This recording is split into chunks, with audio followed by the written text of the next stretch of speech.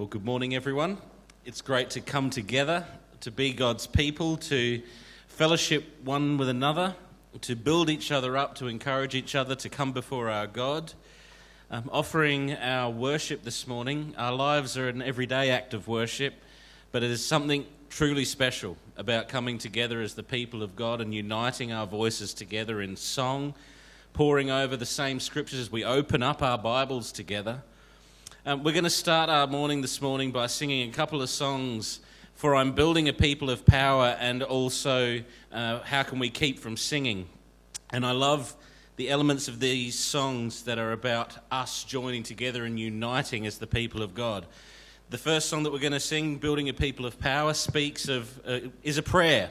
Make us one, Lord, in your body, in the kingdom of your Son. And so it's a short little chorus. I'm not going to say anything between the songs. We're going to go straight from song 1 to song 2 as we lift our voices in recognition of our God. But before that, why don't we just have a quick prayer as we devote our time to our God and our Saviour. Our Father, we thank you for everything that you've done for us. We thank you that we can come together on a level playing field, that no one here is better than the other, but we are all one because of Christ. Not one of us here can claim superiority because we deserve salvation. It's an act of grace from you alone. And so we thank you this morning. We come together with our hearts and our minds focused solely on what you've done for us, and that is the motivation for us to raise our voices in song and praise to you. Bless us, we pray. May your name be glorified in all that we sing, in all that we read, in all that we say and do this morning. Bless Rob as he brings us the word. We thank you that you've brought Harry back to us this morning. And we just ask that as we unite together as your people, that we would stay focused on your magnificence and your glory. In Jesus' name we pray. Amen. Let's stand and sing for I'm Building a People of Power.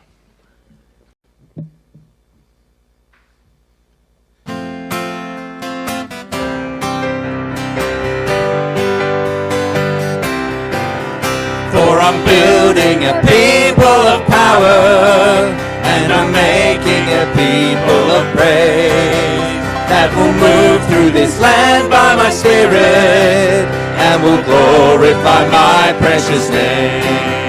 Build your church, Lord, make us strong, Lord, join our hearts, Lord, through your Son. Make us one, Lord, in your body, in the kingdom of your Son. For I'm building a people of power, and I'm making a people of praise, that will move through this land by my Spirit, and will glorify my precious name. Build your church, Lord, make us strong, Lord, join our hearts, Lord, through your Son. Make us one, Lord, in your body, in the kingdom of your Son.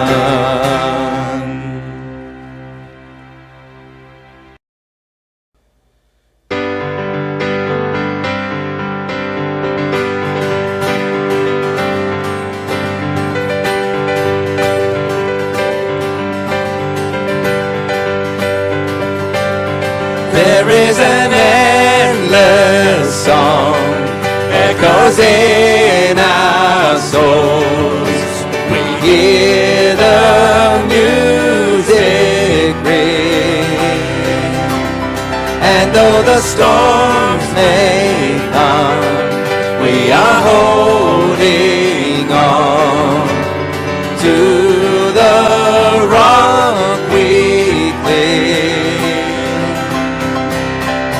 How can we keep from singing your praise? How can we ever say enough? How amazing is your love? How can we keep from shouting your name? We know we are loved by the King, and it makes our hearts want to sing. We will lift our eyes in the dark darkest night, for we know our Savior lives, and we will walk with you, knowing you'll see us through, and sing the songs you give. How can we keep from singing your praise? How can we ever say enough? How amazing is your love? How can we keep from shouting your name? We know we are loved by the King, and it makes our hearts want to sing. We can sing in the troubled times, sing when we win. We can sing when we lose our step and fall down again. We can sing 'cause you pick us up, sing 'cause you're there. We can sing 'cause you hear us, Lord, when we call to you in prayer. We can sing with our last breath, sing for we know that we'll sing with the angels and the saints around the throne. How can we keep from singing your praise? How can we ever say enough? How amazing is your love? How can we keep from shouting your name? We know we are loved by the King, and it makes our hearts. We are loved by the King, and it makes our hearts. We are loved by the King, and it makes our hearts want to sing.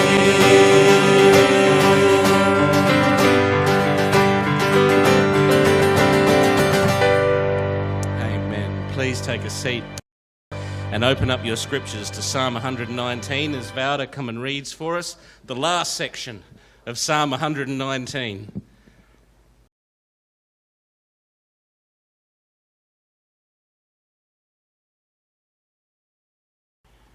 Good morning, everybody. I'm reading from the Revised Standard. Psalm 119, verses 169 to 176. Let my cry come before thee, O Lord. Give me understanding according to thy word. Let my supplication come before thee. Deliver me according to thy word. Let my lips utter praise, for thou hast taught me thy statutes. Let my tongue sing of thy word, for all thy commandments are righteousness. Let thy hand be ready to help me, for I have chosen thy precepts. I long for the salvation of the Lord, and thy law is my delight. Let my soul live that it may praise thee. Let thine ordinance help me. I have gone astray like a lost sheep.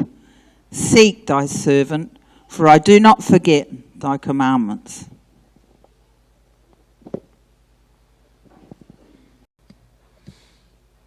Couldn't go past the first part of that section. Give me understanding according to your word.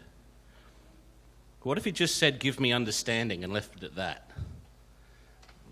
It's an open-ended, there's no direction in that. Give me understanding according to your word. Does all our knowledge, does all our understanding derive from the word of our God? The source of truth. It's a tremendous thought to have. And as the psalm finishes, everything is about praising God. My tongue will sing of your word. How great is God's word? Because your commandments are right. It's a challenge to us to make sure that our minds are being transformed, that we are constantly assessing our understanding by God's word and not by our feelings, not by the culture around us, not by anything that anyone says, not even by, dare I say, the preacher. Because if the preacher's not preaching God's word, then he's not preaching truth. God's word is the meter by which we determine truth, and that comes through that psalm. We're going to stand and sing, "Be still, for the presence of the Lord is here," as we continue to open up our voices in worship. In him no sin is found. Be still, because the presence of the Lord is here. He's with us. He's inside us. His Spirit is with us all the time. And as we come before him with reverence and fear, we worship him as our God and our King and our Saviour.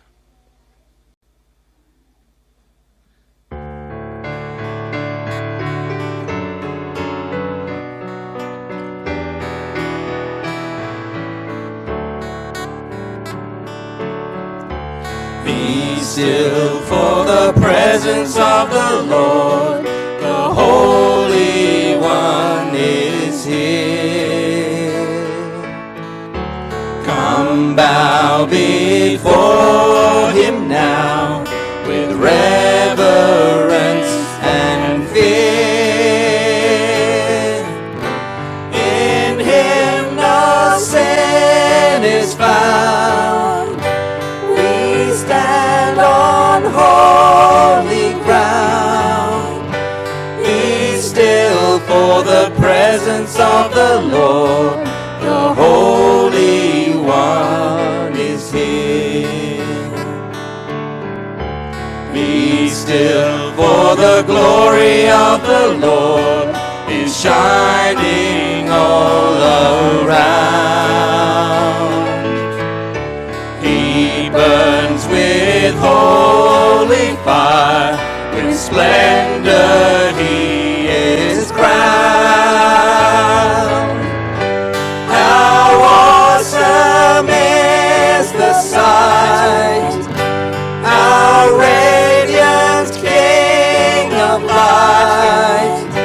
Be still, for the glory of the Lord is shining all around. Be still, for the power of the Lord is moving in this place. He comes to cleanse and heal, to minister his grace. No work too hard for him. In faith receive from him. Be still, for the power of the Lord is moving in this place. Please be seated. Just a couple of things to bring to your attention before we sing again and come to the table. The ladies are getting together tonight. Don't sound so excited. The ladies are getting together tonight, going out for dinner.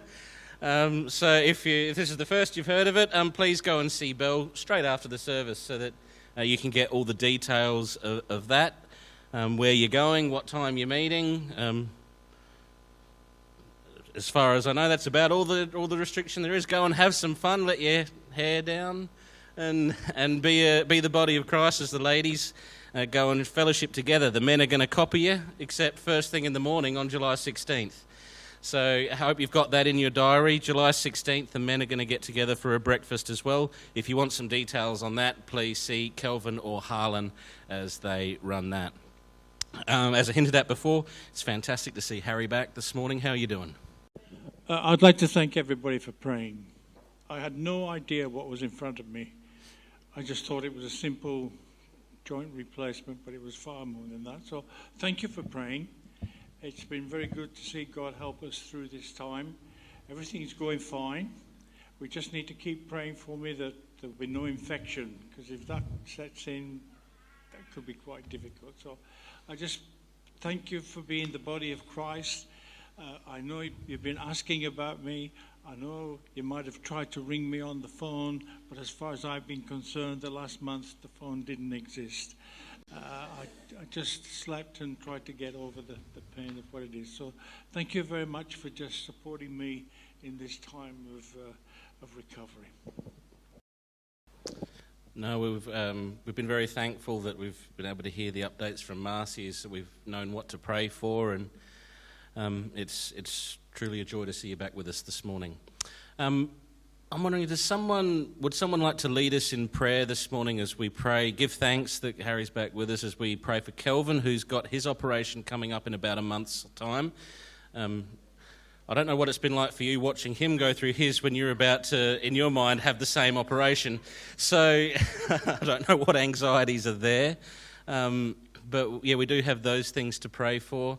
And this morning, as we've been singing about our unity, I'm wondering if we could have some prayer that the Lord will continue to build us up together. We have these things that we've been talking about with the ladies going out and the men going out. It's more than just go have a good time.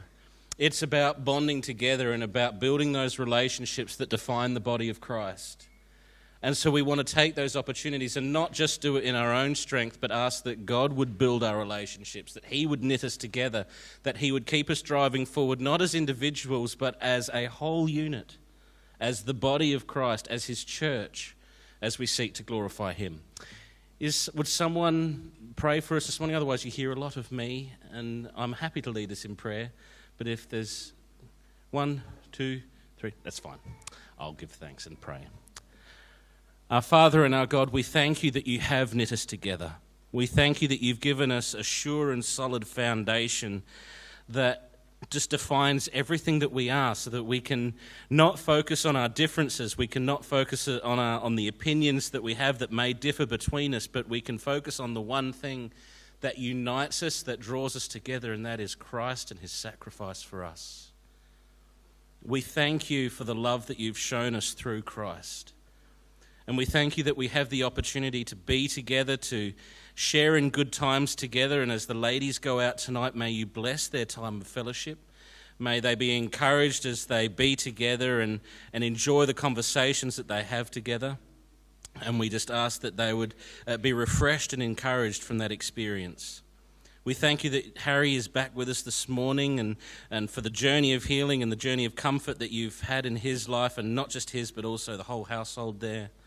We just ask that you would continue to work and continue to strengthen and encourage and keep that infection at bay, Lord, so that the healing can progress. We thank you that we are your people, and we are your people because you've called us that. As we continue to remember you as we come to the table in a moment, may all the things that perpetuate our lives, may they fall to the wayside as we behold our God and see the cross and see the glory of our Saviour in his sacrifice and his broken body and shed blood for us. In Jesus' name we pray. Amen. We're going to sing that song, Behold Our God. And straight after that, if the video for communion could start. The video you're going to show this morning I found it striking this week as I was watching it, as it's going to be talking about the word iniquity in the Bible and how it's used and what it means. And then it's going to focus in on Christ. And I hope it's a blessing to you, but more so, I hope it's a blessing to us as the body, as we unite around the table to remember Jesus, who gave his life for us to make us his people. As we lift our voice once again, we sing, who has felt the nails upon his hand and bearing all the guilt of sinful man. But we remember he is risen as well. Didn't stay in that grave. He won the victory for us. So let's stand and sing, Behold Our God.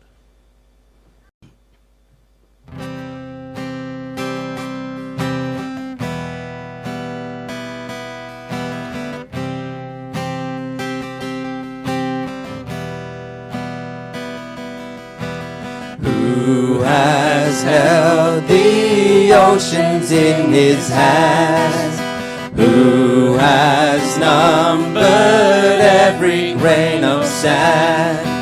Kings and nations tremble at his voice.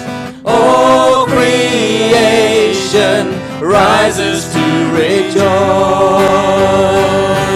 Behold our God, seated on his throne. Come, let us adore him.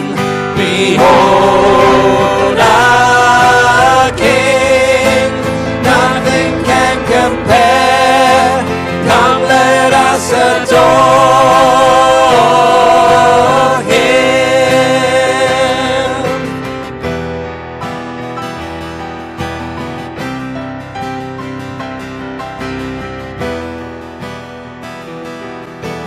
Who has given counsel to the Lord?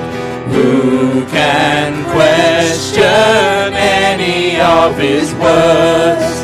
Who can teach the one who knows all things? Who can fathom all his wondrous deeds? Behold our God, seated on his throne. Come, let us adore him. Behold our King, nothing can compare. Come, let us adore him.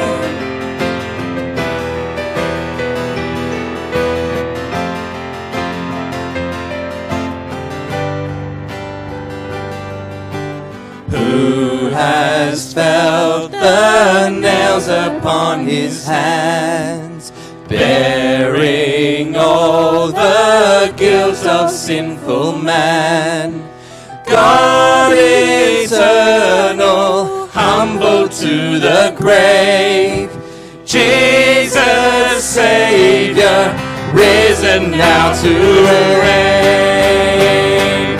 Behold our God, seated on his throne. Come, let us adore him. Behold our King, nothing can compare. Come, let us adore. Behold our God, seated on his throne. Come, let us adore him. Behold our King, nothing can compare. Come, let us adore him. Amen. Most people assume the Bible has a lot to say about how messed up humans are, and that's true. It's also true that the Bible's vocabulary about this topic sounds odd to modern people, using words like sin, iniquity, or transgression. And so the Bible's perspective on the human condition is often ignored or treated as ancient and backwards. This is really unfortunate, because through these words, the biblical authors are offering us a deeply profound diagnosis of human nature. Sin refers to moral failure, and transgression describes how we break trust with others. And iniquity? No one even uses that word anymore. So what's it all about? In Bible translations, iniquity is one way the Hebrew word avon gets translated. It's also rendered by words like wickedness, guilt, or sin. So what does avon actually mean? The word avon is related to a Hebrew verb avah, which means to be bent or crooked. The poet of Psalm 36 says his back is avad, that is, bent over in pain. Or in Lamentations chapter 3, a road that isn't straight is one that avaz, that is, it's twisty and crooked. Now, this image of being crooked offered biblical poets a powerful metaphor to talk about people's behavior. Like Jeremiah, who said that Israel had avad their way by violating their covenant with God and giving allegiance to idols. Or in the book of Job, a person who morally fails is someone who avaz what is right. In both cases, something that's supposed to be level or even, your choices or your conscience, has been bent out of shape, distorted. In the Bible, avon refers to all kinds of crooked behavior. 10 Commandments kind of stuff. Lying, murder, adultery. In Isaiah chapter 59, avon describes the corruption among Israel's leaders who were ignoring the injustice done to the poor. The prophet cleverly adapts the metaphor, saying, "We have so much avon, that is crookedness,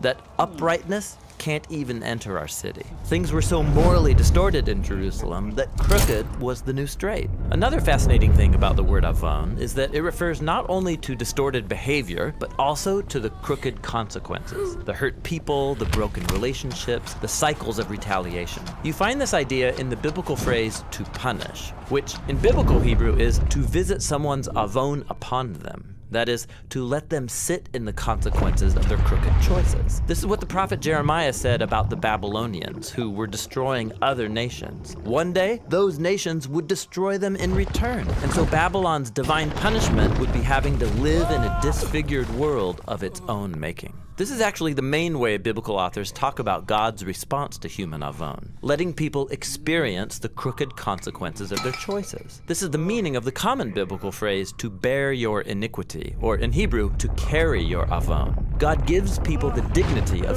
carrying the consequences of their bad decisions. But that's not the only way God responds to avon in the Bible. He also offers to carry the avon of corrupt people as an act of sheer generosity. In fact, carrying avon is the most common Hebrew phrase for God's forgiveness. Like Psalm 32, where the poet says, "I didn't hide my avon, but confessed it, and you carried the avon of my sin." This is actually shocking if you stop and think about it. God forgives people by taking responsibility for their avon. This idea reaches its high point in the book of Isaiah, where God appoints a figure called the servant. He will embody God's forgiving love by carrying the avon of many and allowing it to crush him.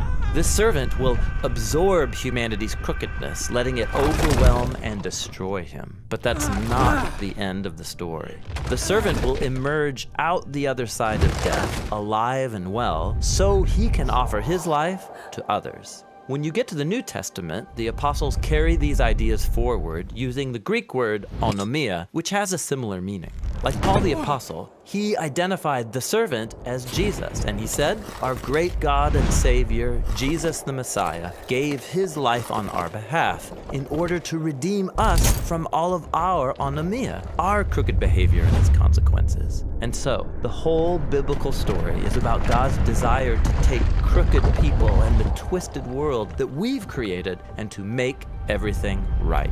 Through Jesus, God invites us to become whole humans once again, people who can walk upright with God and with each other. And that's the story behind the biblical words for iniquity.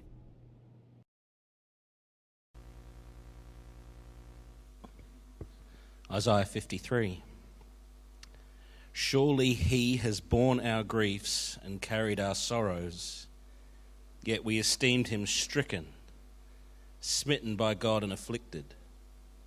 But he was pierced for our transgressions, he was crushed for our crookedness, for our iniquities. Upon him was the chastisement that brought us peace, and with his wounds we are healed. As we come to the table, we remember our God and our Saviour who's done this for us. Can those helpers come forward, and I'll give thanks for the emblems. God, we thank you for the sacrifice of your Son. We thank you for the broken body of Christ and his blood that was shed for us. And we thank you that we have a means of remembering it as your body this morning.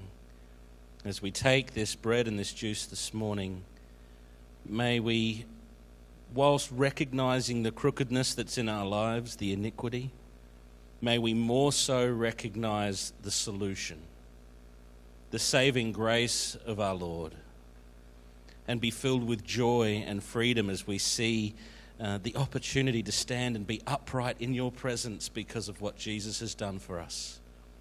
The table is not about remembering our sin, it's about remembering the sin bearer. And we praise you for that this morning. In Jesus' name we pray. Amen.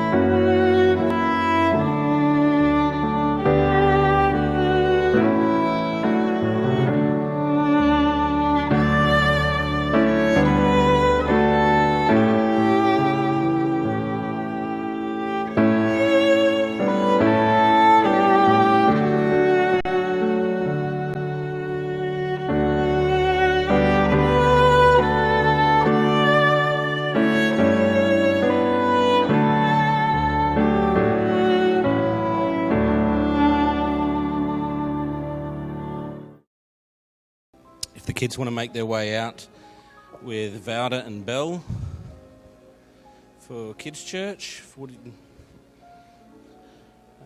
We also give thanks that Rob's here with us this morning and feeling well enough to come and bring us the word, so we thank you for that, Rob.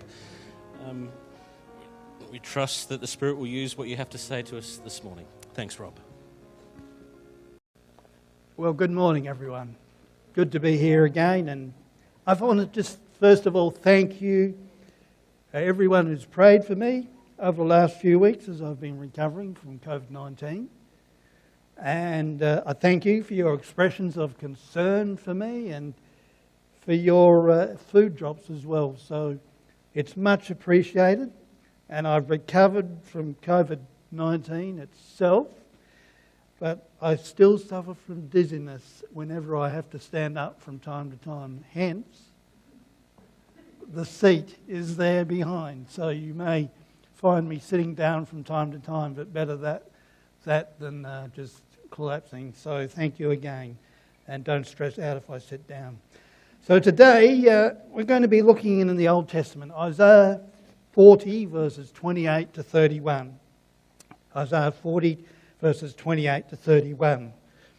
And we need to take to heart the central lesson that is in the midst of our despair and weariness in life, we can discover supernatural inner strength to deal with our overwhelming circumstances. Yes, the difficulties come our way in life, but with God's strength, He can bring us through the difficulties.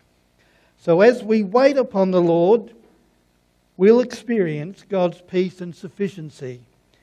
And there is a weariness that we might describe as a good weariness. It's the kind of being tired as a result of some accomplishment, and you're tired but you're satisfied. And that's a good weariness. But there is a soul weariness that is draining and anything but satisfying. It's the kind of weariness of soul that really weighs us down. We're spiritually tired, we get burned out, we get tired of fighting the spiritual battles that are going on. We become weary of fighting those spiritual battles. And this is what we're going to focus on this morning. How do we get through those spiritual times of darkness when we just feel spiritually like we're draining away to nothing? How do we get through those situations where perhaps we might even feel like God has forsaken us and forgotten about us? How do we get through? Well, Isaiah 40 verses 28 to 31 is for us this morning. So maybe we're going through some dark times in our life. Maybe we're going through some difficulties, some problems. And we wonder, is God really there in our situation? Is God really caring for us? Well, you know, there's hope for us. Good can come out of those dark times in our life. So, verse 28 and the following verses in Isaiah 40 give us three key pieces of information regarding God's supernatural strength that are available to all believers who are suffering soul weariness in the midst of prolonged trials. Perhaps that's us today. Take note of these three things. Take note of them well. So we notice firstly in Isaiah 40 the source of this strength. The source of this strength. And it's found in verses 28 and 29. Look what it says. Have you not known? Have you not heard? The everlasting God, the Lord, the Creator of the ends of the earth, neither faints nor is weary. His understanding is unsearchable. He gives power to the weak, and to those who have no might, He increases strength. So did you notice it there? Who is the one who gives us supernatural strength? It's the Lord. So I would say to everyone today,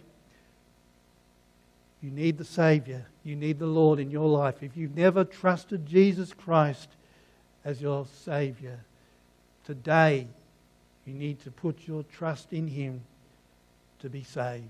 Because He is the source of power for living through life. You know, we can't get through the trials of life unless we know the Lord, who is the source of power. But notice there what it says about God. It says that He's the everlasting God in verse 28. The everlasting God. God is eternal. Psalm 90 verse 2 says, before the mountains were brought forth, or ever you had formed the earth and the world, even from everlasting to everlasting, you are God. So we see here, God has always existed.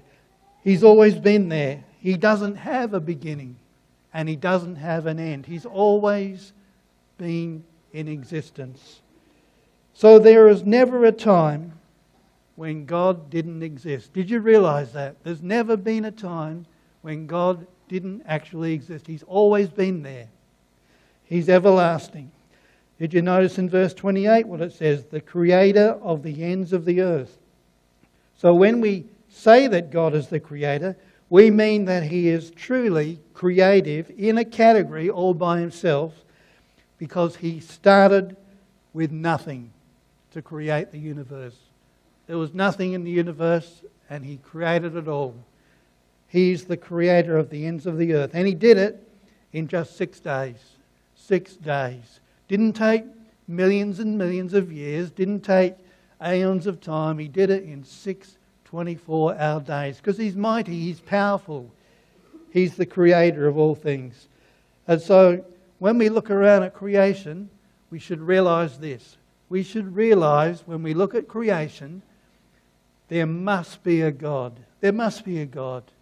Look around closely at everything that is made, has a function, has a purpose, has a way of operating. Look at it closely. How could it have come into existence through just chance? Not a chance. God is the creator of all things. Notice in verse 29 of Isaiah 40, look what it says. He gives power to the weak, and to those who have no might, He increases strength. So in those dark, dark days, which everyone who is a believer knows about, if they've been a Christian for a long time, they know there's times when we have those dark days, when our feelings are really down.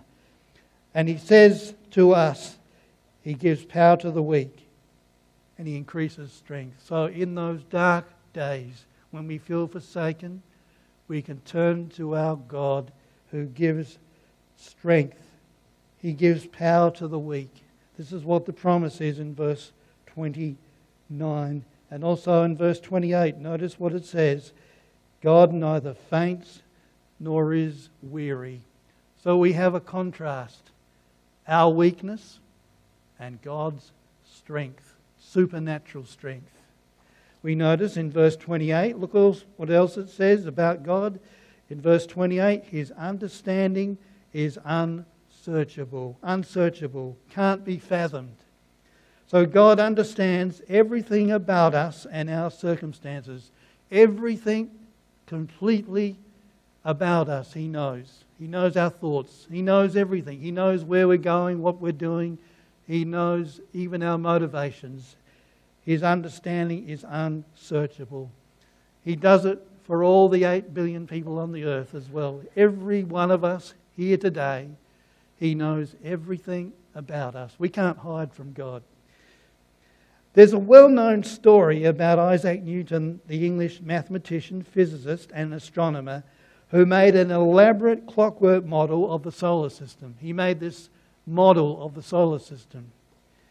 And when someone remarked on how clever he was to construct such an intricate mechanism, Newton replied that the good Lord must be a lot cleverer still to have constructed the real thing. So if it took brains to make up a model of the solar system, how much more brains did it take to actually create the entire solar system and the universe? So think about this. If God was clever enough to create the universe, do you think He might be wise enough to enable us to navigate through all the issues of life? Do you think He might be wise enough to help us through those situations that we face? Of course, the answer implied is Yes, our God is able. He's able to get us through the circumstances of life. He's able to get us through the problems of life because He's all wise. His understanding is unsearchable. Now we've looked at the source of this strength. It's God, the Lord God. We need to now know what our need is for this strength. What is the need for this strength? Well, it's pretty obvious. Verse 30 tells us why we need God in our lives. Why do we need God? Verse 30. Even the youth shall faint and be weary, and the young shall utterly fall. The young men shall utterly fall. That means no matter how old or how young we are, we need God. We need the Lord. Because even the best of us physically are going to struggle. Even the very best of us with muscles galore when we're young, the Bible says even young people will faint. If the difficulties and stresses of life are hard enough, even young people will faint. So we need this strength, all of us, young and old. Some of us are suffering from problems associated with old age. Some of us, including myself, may have some kind of sickness or illness that we're struggling to cope with. Some of us may have financial problems. And perhaps there are some here where there's been a misunderstanding between friends. It wouldn't surprise me, even, if somebody's marriage was in trouble or if one of your loved ones has a marriage in trouble. It wouldn't surprise me if somebody here has a family member with a drug or an alcohol problem. And there are no doubt young people facing temptations, worries and fears that we adults know nothing about. We know nothing about them. Personally, we often struggle over our inability to do what we should do and not to do what we shouldn't do. And we all face that problem, let's be honest. We want to do the right thing, but sometimes we just collapse. We can't do it. Even in spite of what we desire in our hearts, we just can't do it without God's power. And then there are other things that we shouldn't do, and then what do? We go ahead and do it. So we need God's power every moment of our life. And this is something that we learn. We come to realize more and more. We need God in everything. So what are we to do?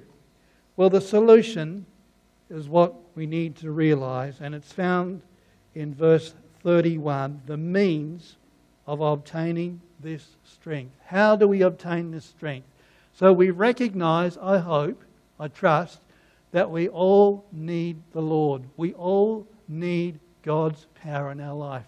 Whether we're young, whether we're old, we need God's enablement. The answer is verse 31. But those who wait on the Lord shall renew their strength. They shall mount up with wings like eagles. They shall run and not be weary. They shall walk and not faint. There's the answer for us. The answer is, those who wait upon the Lord shall renew their strength. So we need to dig down further into this and find out, what does it mean to wait upon the Lord? What does it mean when it says wait upon the Lord? Waiting on the Lord necessitates two key elements. This is the first one: a complete dependence on God.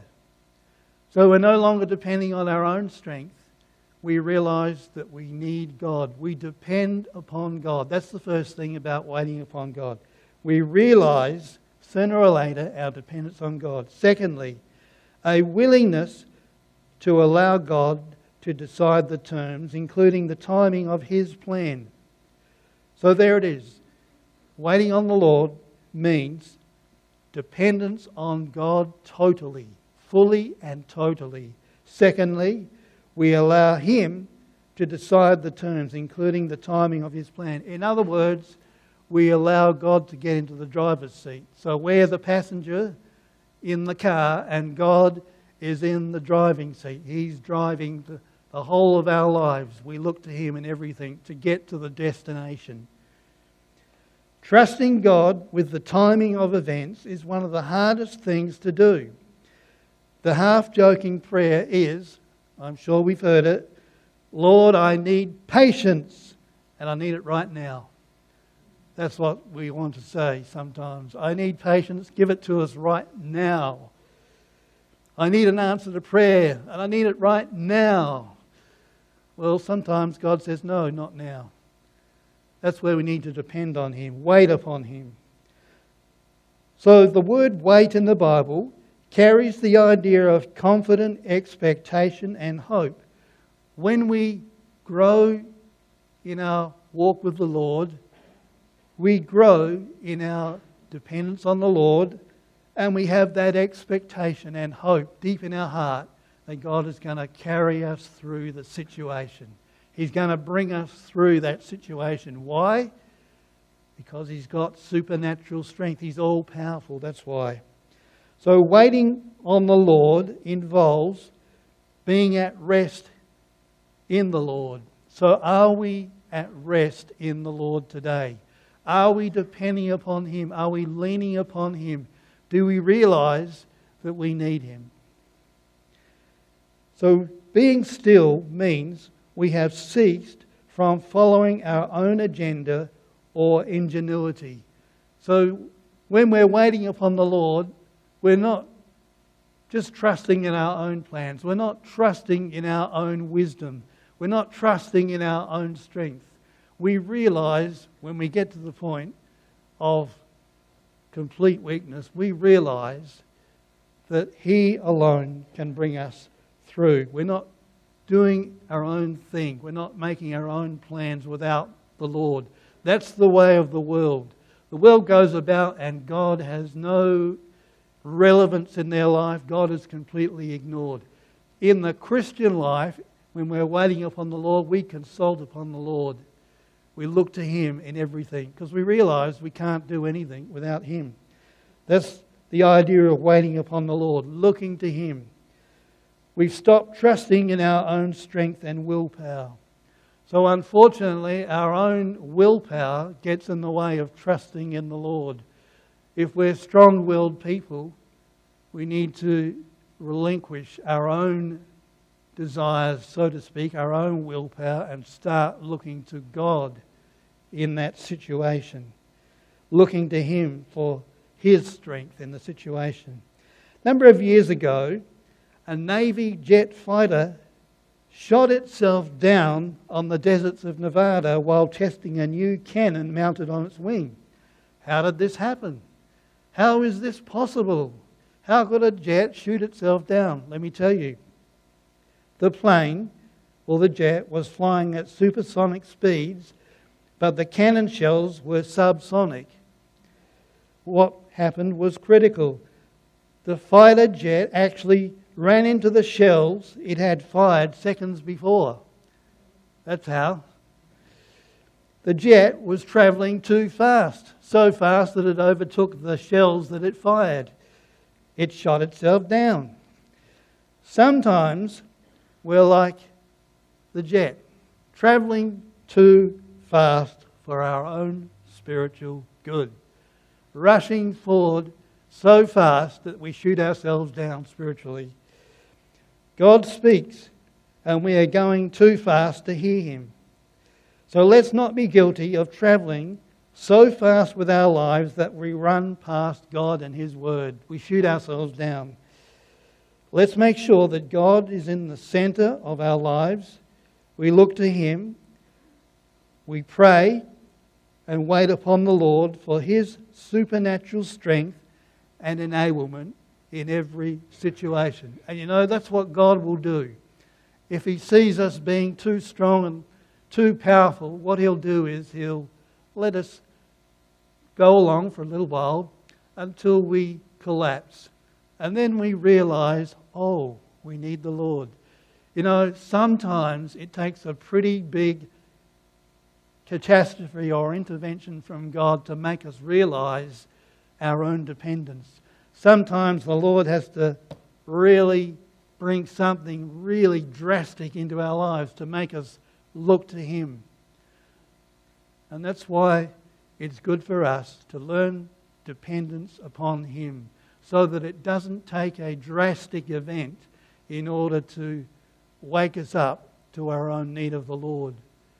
So if we've got our own plans, our own little issues, and we think we can solve them, the Lord may just let us suffer the consequences until we get to that point where we look to Him and wait upon Him. What does it say? They who wait upon the Lord shall renew their strength. We should pray. We should look to the Lord. Hebrews 4:15 and 16 says, "For we do not have a high priest who cannot sympathize with our weaknesses, but was in all points tempted as we are, yet without sin. Let us therefore come boldly to the throne of grace, that we may obtain mercy and find grace to help in time of need." So we can come to the throne of grace. We can come to God. Some of us are too proud to do that. Some of us are too proud to realise our own need, and therefore we don't pray. We're too proud to bow the knee and pray. Waiting upon the Lord means coming to Him, bowing the knee before Him, looking to Him in the times when we need Him, which is all the time. Hebrews 4:15 and 16. Of course, when we pray, God may answer immediately, or He may keep us waiting upon Him for a considerable length of time. John Blanchard rightly says that waiting for an answer is often part of the answer. God may say, "Okay, I hear the prayer, but I'm going to let you wait. I'm going to let you wait for a little while. I want you to learn the lesson well of waiting upon the Lord." Sometimes God's answer is completely different than expected. So this is again coming back to the point. We've got our own plans in life. We think we've got it all worked out. But God may answer in a different way. He may bring us through a situation with His power and His strength. He may not take away the difficult circumstance. He may not take away the problem. He may allow us to go through the problem with His power and strength. So this is quite often the case. He doesn't take away the problem. He supplies His grace and strength to go through the problem. Answers can come when we least expect it or in the most unusual way. Some prayers that we thought have gone unanswered are revealed years later. After some time has passed, perhaps we've thought like many others have, and we think as we look back on the way we prayed, I see the wisdom of God's answer, and I'm glad He didn't answer that prayer the way that I wanted Him to. I'm glad that He answered in a different way than I expected. And this is what we may learn in life. God knows best. He knows best. And so He will answer in the best way for us spiritually.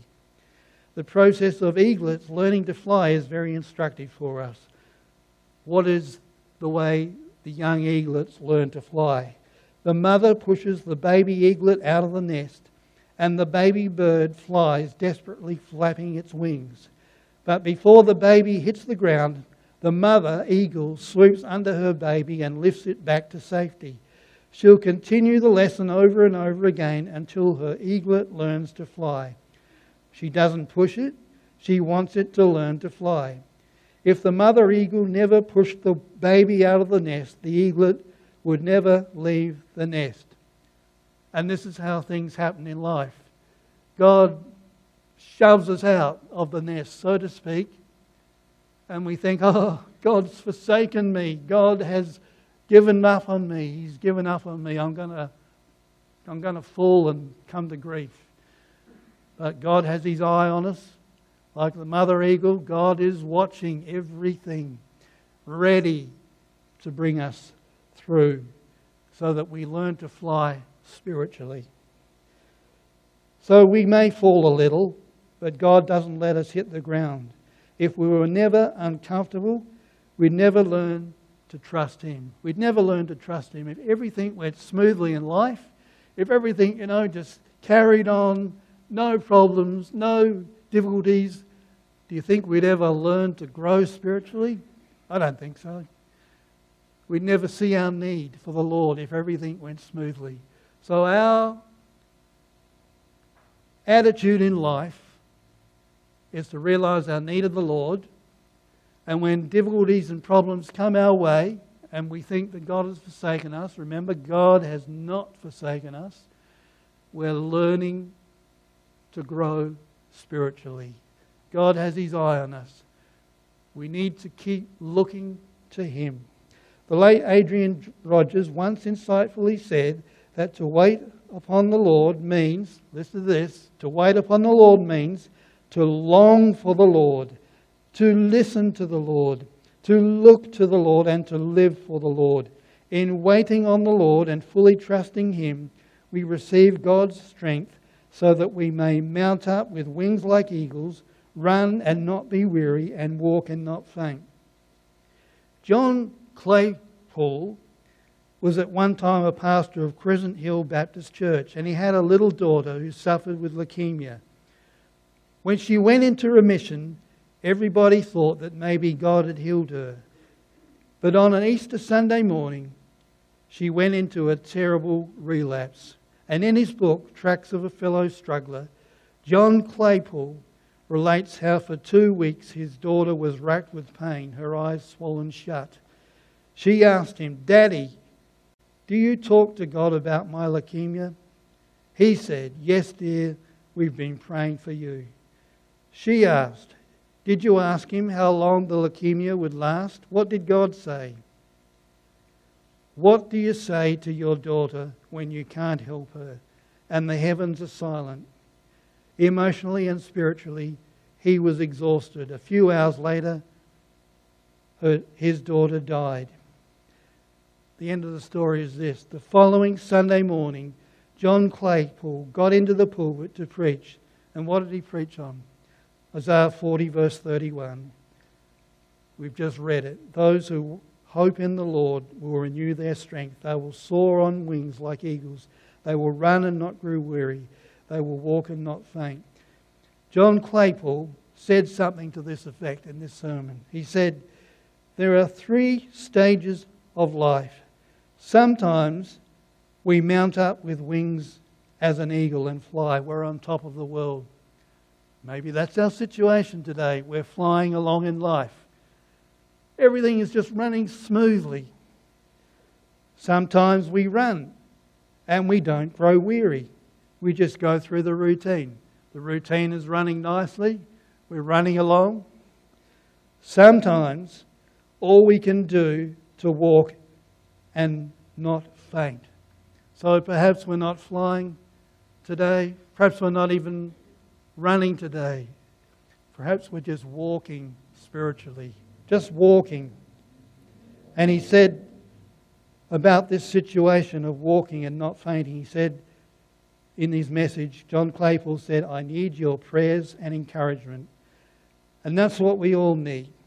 Prayers and encouragement for each other so that we can soar like eagles, or run and not grow weary, or walk and not faint as we wait upon the Lord.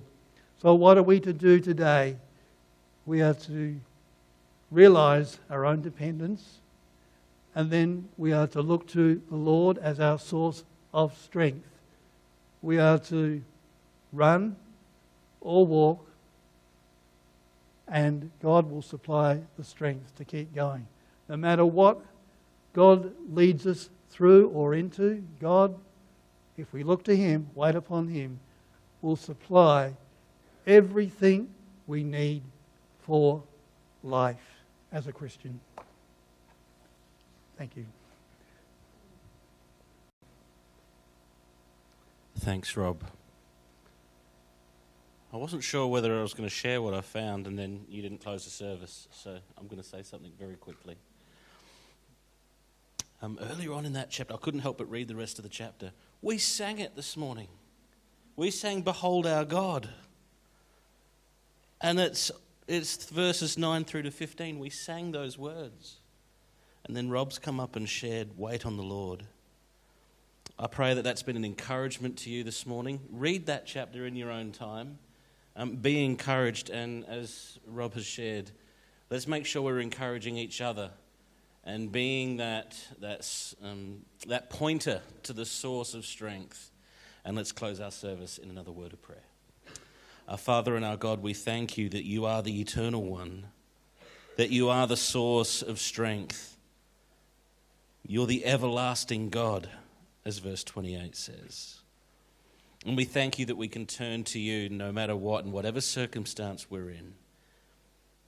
Help us to wait on you. Help us to find our strength and our energy in you and not in ourselves. And sometimes, if all it means is walking without fainting, let us praise you that we have the energy for that, because the energy comes from you. We thank you and we praise you for the love that you have for us. Bless us as we continue to shine for you in this world. Help us to be a witness and a testimony to your greatness and your goodness. In Jesus' name we pray. Amen.